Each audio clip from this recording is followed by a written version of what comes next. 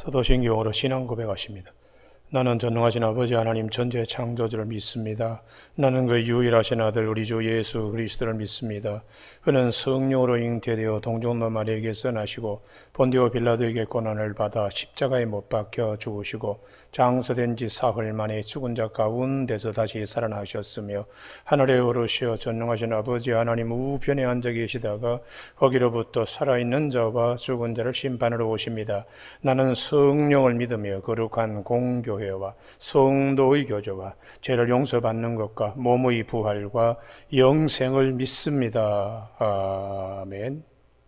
오늘 이 아침 하나님께서 우리 모두에게 주시는 생명과 진리의 말씀은 마태복음 5장 43절에서 마지막 48절까지 한 절씩 교독하십니다. 마태복음 5장 43절.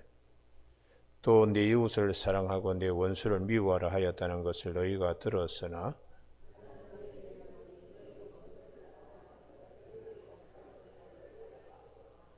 이같이 한즉 하늘에 계신 너희 아버지 아들이 되리니 이는 하나님이 그 해를 악인과 선인에게 비추시며 비를 의로운 자와 불의한 자에게 내려 주심이라.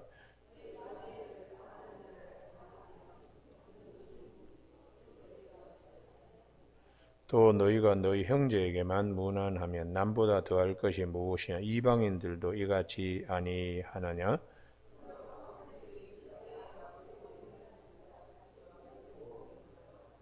아멘. 44절에 나는 너희에게 이르노니 너희 원수를 사랑하며 너희를 박해하는 자를 위하여 기도하라 하는 말씀 중심으로 사랑은 천국 창고의 가장 큰 보화입니다 라는 제목으로 말씀을 나누겠습니다. 예수님이 오시기 전에는 하나님의 나라에 대하여 우리가 잘 몰랐습니다. 하나님의 나라를 잘 모르니까 하나님의 마음도 잘 몰랐습니다. 그러다 보니까 흑암과 그 다음에 사망의 그늘 아래 앉을 수밖에 없는 것이죠. 그래서 예수님께서 오셔서 생명의 빛으로 큰 빛으로 오셔서 흑암과 사망의 자리에 있는 자들을 돌려세웁니다. 하나님 나라가 가까이 왔으니까 돌아서라고. 그래서 주님이 이전에 믿음 생활하는 분들이 주로 율법 중심으로 믿음 생활했지요. 그러나 주님께서는 그것으로 부족하다는 거예요. 하나님 나라를 잘 모르니까 그게 전부로 생각하는데 그게 부족해서 마태복음 5장 17절에 율법과 선지자를 폐하러 온 것이 아니고 그것을 완성시키려 부족한 것을 주님이 더 일러서 하나님 나라, 하나님의 세계, 하나님의 마음, 하나님의 사랑, 천국 보화에 대하여 주님이 우리에게 일러 주신 것입니다. 그래서 오늘 본문에 우리가 들었으나 하는 것입니다. 온전히 율법도 잘 모르고 그냥 대충 듣는 것이지요. 43절 또 네 이웃을 사랑하고 네 원수를 미워하라 하였다는 것을 너희가 들었으나 이게 밑에 난해주에 보시면은 레위기 19장 18절에 대한 말씀의 일부입니다. 레위기 19장 18절은 원수를 갚지 말며 동포를 원망하지 말며 내 이웃 사랑하기를 내 자신과 같이 사랑하라. 그렇게 이제 말씀하신 것인데 이걸 일반적으로 이웃은 사랑하고 그 다음에 내 편에 속하지 않고 우리들의 울타리에 속하지 않는 원수는 미워하라. 이렇게들 생각하고 있었습니다. 이런 것들이 무엇을 의미하는가? 내 중심의 사랑이요. 내 중심의 인간관계입니다. 그러니까 내 편이 되면은 사랑하고 내 편이지 않으면 죽일 듯이 미워하고. 요즘 우리 사회가 그렇지요. 보면은 가만히 보면은 그래서 자기 편이 아니면 끝까지 하여튼 죽이려고 이런 것들이 참 사회에 살아가는데 언제 싸움이 끝나겠습니까? 그래서 자기의 그 울타리, 이게 인본주의적인 사랑입니다. 인본주의적인. 그래 조폭들도 자기들끼리는 의리가 있어요. 그래서 주님이 하시는 말씀이 세리들도 이와 같이 한다는 거예요. 세리들 46절. 너희가 너희를 사랑하는 자를 사랑하면 무슨 상이 있으리요? 세리도 이같이 아니하느냐. 인본주의적인 사랑입니다. 그래서 주님께서 아직도 하나님의 나라를 잘 모르니까 하나님의 사랑이 얼마나 풍성한 것인가를 이 하나님 나라의 천국 창고에 우리가 쌓아둬야 될 보화가 인본주의적인 사랑이 아니라 신본주의적인 사랑으로 변화되어야 하나님의 나라, 하나님의 사랑, 하나님의 창고, 그것을 오늘 주님이 우리에게 일러주십니다. 그래서 결론적으로 말씀드리면 요한복음 13장 34절에 새 계명을 너희에게 주노니 너희가 서로 사랑하라. 그 다음에 기준이 인본주의가 아닙니다. 내가 너희를 사랑한 것 같이 너희도 서로 사랑하라. 사랑의 기준이 신본주의적인 사랑으로 바뀌어서 사랑하라고. 그 이전까지 끼리끼리 사랑하면 그것은 이 땅에 보물을 쌓아두는 것이. 그러나 하나님의 온전한 사랑을 내가 알고 그 사랑으로 열매를 맺어갈 때에 하늘 창고에 보물이 쌓아지는 것이다 하고 미처 모르던 우리들에게 주님이 오셔서 그 세계를 말씀해 주시는 것입니다. 우리가 하나님의 세계를 모르니까 인색합니다. 하나님의 세계를 모르니까 나밖에 모릅니다. 하나님의 세계를 모르니까 너는 죽고 나는 살아야 되겠다. 그러다가 나중에 이제 하나님의 심판법정에서는 헛산 것이 되죠. 그래서 너희를 위하여 땅에 보물을 쌓아두지 마라. 땅의 보물 창고에는 다 그 헛된 것이다. 마치 그것은 동록이 또 조미 옷을 썰고 또 좋은 그릇이라도 녹이 슬어서 없어지고 다 그건 헛된 일이다. 너희 보화를 천국의 하늘 창고에 쌓아두라. 그게 이제 주님이 우리에게 말씀하시는 것입니다. 예수님의 사역 가운데 오병이어의 기적이 있습니다.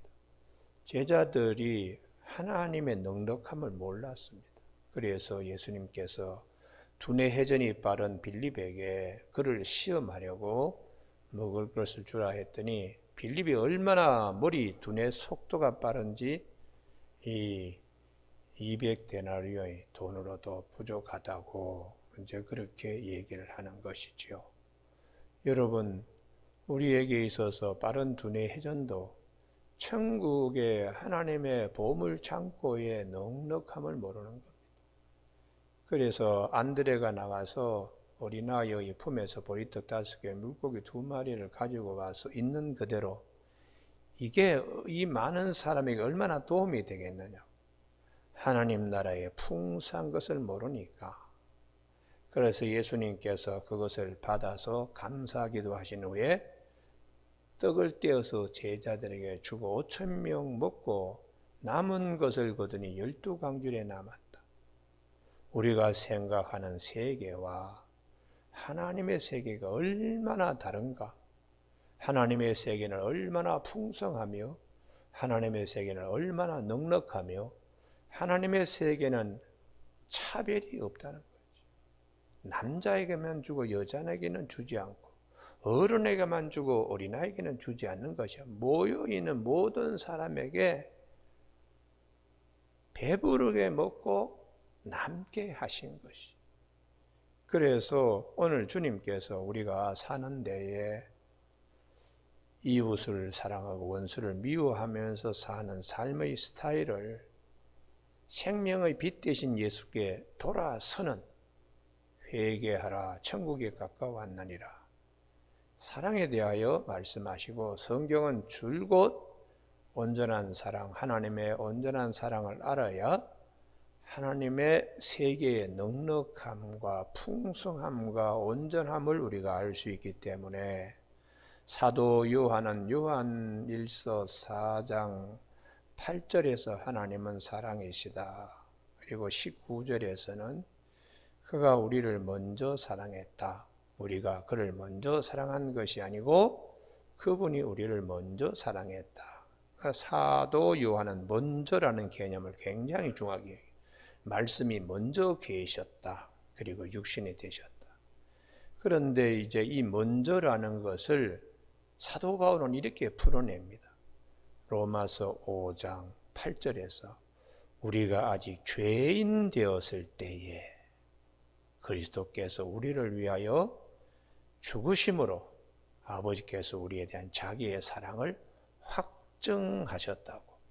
그리고 로마서 5장 5절에 하나님의 사랑이 우리 마음에 부음바 되었다고. 그러니까 하나님의 일방적인 사랑, 일방적인 죄인들에게 하나님께서 일방적인 사랑을 예수 그리스도를 십자가에 달려 돌아가시기까지 하시면서 우리에게 하나님의 사랑을 얘기하니까 사도 요한이 요한복음 3장 16절에 하나님이 세상을 이처럼 사랑하사, 그 방점이 이처럼입니다. 이처럼. 아침에 우리 찬송 부른 것처럼 하늘을 두루마리 삼고 바다를 먹물 삼아도 다 기록할 수 없을 만큼 이처럼 사랑하사. 그래서 오늘 본문에 주님께서 하나님의 이렇게 넉넉한 사랑, 한없는 사랑 앞에 우리가 어떻게 해야 되겠는가? 43절처럼 살 것이 아니고 44절처럼 살아야 된다. 또 내 이웃을 사랑하고 내 원수를 미워하라 하였다는 것을 너희가 들었으나 인본주의적이고 나 중심적인 사랑, 하늘의 창고에 보화로 쌓여지지 못할 땅에서의 창고에 쌓아둘 보화는 그렇게 할지 모르지만은 하늘나라의 보물 창고에 쌓아둘 수 있는 진정한 보화가 되려 그러면 44절처럼 노력하라는 거예요. 다 같이 한번 읽으실까요? 시작. 나는 너희에게 이르노니 너희 원수를 사랑하며 너희를 박해하는 자를 위하여 기도하라. 아멘.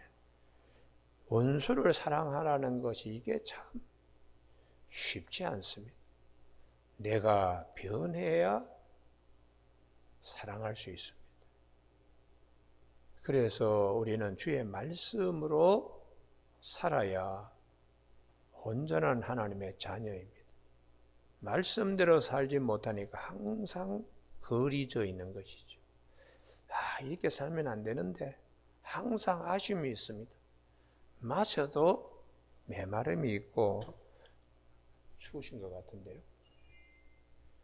또 먹어도 배부름이 없습니다. 그래서 주님께서 나는 너희에게 이르노니, 하나님 나라에서 오신 주님이, 아버지의 독생자인 주님이 오셔서 율법과 선지자에서 다 알려주지 못한 것을 주님이 완전하게 우리에게 알도록 나는 너희에게 이르노니, 이 음성이 크게 들려져야 항상 성령이 내 안에서 말씀하시고 기억나게 하면서 우리의 육체의 소욕에 따라 본능적으로 반응하는 주먹 뻗침을 붙잡아 주는 거예요.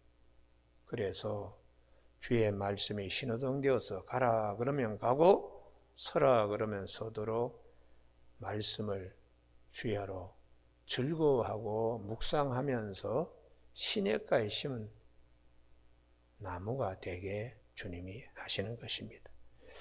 이같이 한즉 원수를 사랑하고 박해하는 자를 위하여 기도하는 것은 내 안에 악이 자라지 않게 하는 거예요.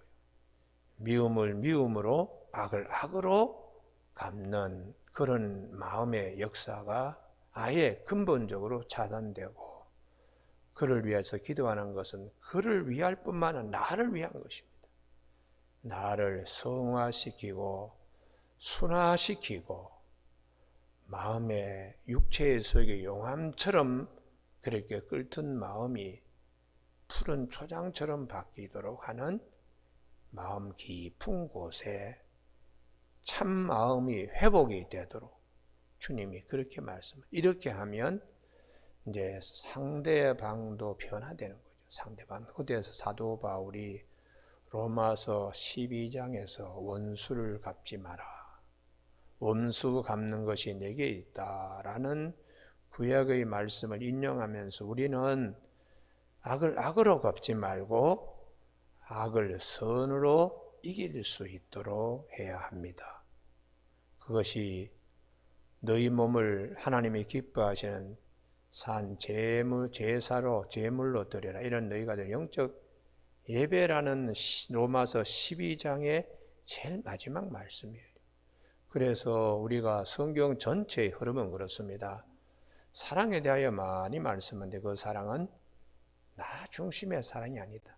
인본주의적인 사랑은 이 땅에서는 소중하지만 한계가 있습니다. 한계. 그래서 라이노드 니버 같은 경우에는 사회가 도덕적인 인간인데 비도덕적인 사회, 혼자 있을 때는 참 착하고 선하게 살려고 그러는 딱 두 사람 세 사람은 인간관계가 이게 역학적으로 구성되면서 누가 위에 있고 누가 아래에 있는가, 누가 더 많이 가지는가, 누가 더 뭐 이렇게 하는가에 따라서 비도덕적인 사회라는, 그러면서 I and it라고 사람을 사물처럼 여기는 그런 관계는 아주 핫질이고, I and you 서로 인격적인 관계도 죽고 사는 문제에서는 그 다음에 타협이 없습니다. 그러나 I and Christ, 나와 주님의 관계는 내가 주님을 위하여 죽어도 좋다. 왜냐 그러면 주님이 나를 위해 십자가에 달리셨으니까. 그렇게 사회가 되면 비도덕적인 사회가 도덕적인 사회로 바뀔 수 있다고 보는 것입니다. 오늘 우리가 이 본문에서 45절에 아주 중요한 말씀인데요. 이같이, 이 단어입니다. 이같이 한즉 하늘에 계신 너희 아버지의 아들이 되리니, 이는 하나님이 그 해를 악인과 선인에게 비추시며 하나님은 차별이 없지요. 비를 의로운 자와 불의한 자에게 내려주시며, 차별이 없는 하나님의 사랑, 한없는 사랑이죠. 모든 사람이 다 구원에 이르도록 오래 참고 또 참고 한없는 사랑입니다. 그래서 베드로가 하나님 앞에는 하루가 천년 같고 천년이 하루 같은 이 사실을 잊지 말아야 됩니다. 아무도 멸망치 않도록 하기 위하여 오래 참으십니다. 그러면서 교회에 던지신 말씀이 말세를 당하여 하여튼 열심히 기도하십시오. 사랑은 허다한 죄, 허물을 다 덮습니다. 이렇게 교회에 가르쳐 줍니다. 우리는 사도 베드로의 성격이 급하고 아주 격한 인물인 걸 알 수 있지요. 그런데 그 사도 베드로가 나중에는 어린 양처럼 아주 순한 사도가 되었습니다. 예수 그리스도께서 그를 통하여 내가 이 반석의 교회를 세우니 음부의 권세에 이기지 못할 것이다. 사도 바울이 그 자리에까지 이름으로 마귀가 틈타지 못하죠. 하나님의 사랑으로 충만한 베드로인데 마귀가 틈타지 못합니다. 오늘 아침 우리 모두에게 구약의 엘리사를 주목해야 돼요. 엘리사가 능력은 받았는데 처음에는 사랑이 없었습니다. 그래서 여리고 성의 수질 개선과 동시에 토질 개선도 한 엘리사인데, 그 다음 말씀이에요. 베델 올라갈 때에 아이들이 철부지가 대머리 지나간다, 머리가 훌렁 까져서 시원하시겠습니다. 이제 그렇게 농담을 하니까 엘리사가 화가 나가지고 저주를 했어요. 앙콤이 나와가지고 42명의 아이들이 물려서 죽었습니다. 능력은 있었지만 사랑은 없는 거예요. 예, 그런 엘리사가 베드로가 바뀌듯이 열왕기하 6장에 선지 학교를 짓는 일에 어느 학생이 도끼를 빌려갔어요. 그래서 그걸 갖다가 나무를 찍다가 도끼 날이 빠져서 물속에 들어갔을 때에 발을 동동 굴립니다. 그때에 엘리사가 어떻게 그 도끼 날을 물 위에 떠올리게 되는가? 능력만 있는 것이 아니라 사랑이 있는 엘리사로 바뀝니다. 열왕기하 2장에서 열왕기하 6장으로 넘어오는데 엘리사가 많이 바뀌어요. 그때의 그 열왕기하 6장 4절에서 나무를 베어, 5절에도 베어, 6절에도 베어. 우리 한글은 똑같이 되어 있는데 히브리 원전은 6장 4절에서 학생들이 나무를 베어 할 때는 가잘이라는 생각 없이 베는 거예요. 두 번째에 도끼날을 갖다가 베어오는 그 선지생들은 나팔입니다. 아예 나무를 한 방에 쳐서 넘어뜨릴 줄 열심히 특심이죠. 근데 이것을 해결하기 위하여 엘리사가 나뭇가지를 베어 물 위에 던질 때 베어는 이게 카차프예요. 카차프. 그것은 아가서 4장 2절에 나오는 양털을 깎을 때에 깎는 거, 그게 가잘. 딱 아가서 4장 2절에 딱 한 번 나오는데요. 그 단어를 열왕기하 6장 6절에서 쓰고 있습니다. 그게 뭐냐 그러면 털을 깎으면서 혹시 살점을 잘못하지 않을까? 사랑을 가지고 양털을 깎는 거예요. 나뭇가지를 꺾을 때도 엘리사가 그런 사랑을 가지고 나뭇가지를 베었더니 도끼 날이 물 위에서 떠오르는 거예요. 그러면 그렇게 저주를 했던 엘리사가 어떻게 하나님의 선한 도구로 능력을 이렇게 쓸 수 있는가? 사랑의 손길로 하기 때문에. 그 중간에 무슨 계기가 있었죠. 그것이 열왕기하 4장의 수넴 여인 아들이 죽었을 때에 어머니가 엘리사의 발을 확 잡고서는 살려달라. 그때의 어머님의 마음을 엘리사가 심장 찌르듯이 알게 되는 것입니다. 그래서 우리가 이 성경 말씀 전체의 흐름은 능력을 얘기하는 게 진짜 참 능력은 하늘나라 창고에 들어갈 가장 큰 보화가 성경은 줄곧 그냥 사랑이 아니고 하나님의 사랑이라는 것이에요. 사랑. 우리의 사랑을 얘기하는 게 아닙니다. 하나님의 사랑. 그것이 내 안에 얼마나 배어 들어오고 육화되고 함에 따라서 우리가 얼마나 성화의 삶을 살 수 있는가, 그렇게 말씀하는 겁니다. 우리가 예전에는 혈기 있습니다. 혈기가 어떤 일을 하는데 원동력이 될 수도 있어요. 그런데 그 혈기는 많은 일을 저지릅니다. 많은 사고를 칩니다. 한 번 폭발하면 물불을 가리지 않기 때문에 돌이킬 수 없는 후회를 낳게 됩니다. 그래서 이런 것들을 다 육체의 소욕에서 죄가 들어서 우리의 마음을 흔들어 놓은 거죠.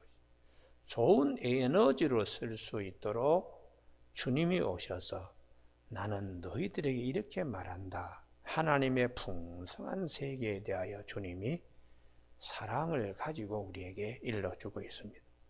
여러분, 오늘 그래서 이 48절이 아주 중요한데요. 다 같이 한번 읽으실까요? 시작. 그러므로 하늘에 계신 너희 아버지 온전하신과 같이 너희도 온전하라. 이 온전의 핵심은 능력보다 사랑입니다. 사랑. 그러니까 하나님의 사랑. 하나님은 모든 것을 다 하실 수 있죠. 죽이기도 하시고 살리기도 하시지만은 가난한 자를 거름더미 진토 위에 내버려 두지 아니하시고 사랑 때문에 우리를 귀족 위에 앉게 하시는 하나님. 이 땅에서는 그런 걸 볼 수 있지만 더 나아가서 하나님의 세계에서는 죄와 사망의 늪에 빠졌던 우리를 하나님 나라의 자녀로 하나님이 올라오게 하시는 거예요. 할렐루야. 우리는 올라가게 되는 역사가 있어. 그때에 천국 창고에 우리에게 하늘의 가장 큰 보화가 많이 쌓여야 됩니다. 그래서 우리가 사도행전 9장에 보면 다비다라고 하는 여인, 이 여인이 도르가라는 또 별명도 가지고 있는데 살아생전에 참 많은 사랑의 손에 수고가 있었습니다. 옷을 만들어서 다 사람들한테 만들어주고 죽었습니다. 그가 사후에 누리는 축복이 무엇입니까? 베드로가 와서 이 다비다를 일으켜 세워요. 도로 살려내는 겁니다.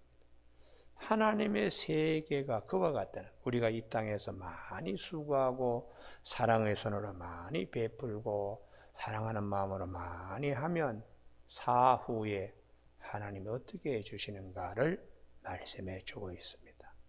오늘 아침 우리 마태복음 5장 제일 마지막에 아버지의 온전하신 같이 너희도 온전하라. 왜냐하면 아버지의 자녀이니까요. 아드니까. 구원받은 하나님의 백성이 이제 열매 맺어야 할 부분, 포도밭에서 열심히 일하듯이 열매 맺어야 될 가장 큰 열매는 무엇인가? 사랑이라고. 이게 우리 사랑을 얘기하는 게 아니라 하나님의 사랑입니다. 내가 너희를 사랑한 것 같이 너희도 서로 사랑하라 하는 요한복음 13장 34절의 새 계명이 마음에 늘 우리에게 이게 신호등처럼 켜져 있어야 내가 실수하지 않습니다. 내가 어둠과 악과 내 자신을 죄에게 불의의 무기로 내주지 않습니다. 후회가 없습니다. 의의 무기로 하나님께 드린 것 같이 참 잘했다. 참 잘 극복했다. 참 어려운데 어떻게 그렇게 했나. 성령의 도우심이 아니면 칼 뽑아야 될 일 앞에서 어떻게 기도했는가. 이게 이제 나중에는 굉장히 자기 자신이 마음에 하나님이 주시는 기쁨이 있습니다. 기쁨. 그래서 오늘 아침 우리가 이 본문을 잘 생각하면서 내가 너희를 사랑한 것 같이 이 음성이 항상 들려질 수 있는 저와 여러분이 되시길 주님의 이름으로 축복합니다. 기도하시겠습니다. 하나님 아버지, 우리가 수없이 알지만 마음에 이를 수 있도록 주님이 우리에게 기록된 말씀으로 깨어있게 하심을 감사를 드립니다. 마음으로 믿어 의에 이르고 입으로 시인하여 구원에 이른다고 로마서 10장 10절에서 말씀하시고 17절에 믿음은 들음에서 나고 들음은 그리스도의 말씀으로 말미암는다고 하셨는데, 오늘 아침에 우리 모두가 인본주의적인 사랑이 아니고 신본주의적인 사랑으로 우리 사랑의 개념이 바뀔 수 있도록 도와주시고, 하나님 세계의 그 풍성하신 사랑을 우리에게 마음에 부어 주었으니까 그 하나님의 사랑의 높이와 깊이와 넓이와 길이를 깨달아 우리의 속사람이 성령의 능력으로 강건해져서 하늘나라 창고에 가장 큰 보물을 많이 쌓아두는 이 땅의 삶이 되도록 성령께서 오늘 본문 말씀을 기억나게 하시고 생각나게 하여 주시기를 원하오며 예수님의 이름으로 기도드립니다. 아멘. 하늘에 계신 우리 아버지, 아버지의 이름을 거룩하게 하시며 아버지의 나라가 오게 하시며 아버지의 뜻이 하늘에서와 같이 땅에서도 이루어지게 하소서. 오늘 우리에게 이루어질 양식을 주시고 우리가 우리에게 잘못한 사람을 용서하여 준 것 같이 우리 죄를 용서하여 주시고 우리를 시험에 빠지지 않게 하시고 악에서 구하소서.